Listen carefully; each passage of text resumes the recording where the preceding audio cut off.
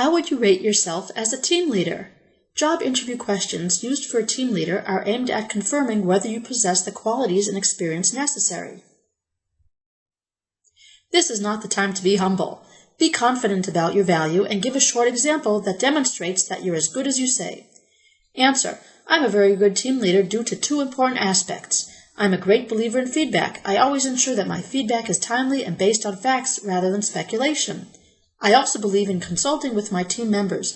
Not only do they feel more valued, but often I learn something new. Here you give an example of an interesting case that occurred in your team.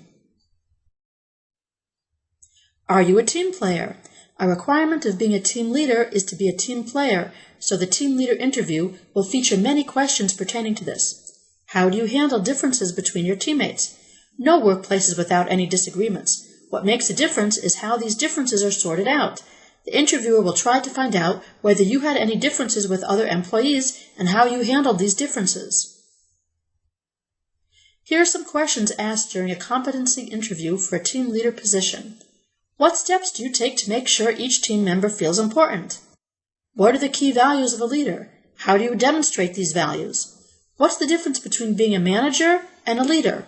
How open-minded are you to other members' ideas? Do you consult members? How do you make decisions in general?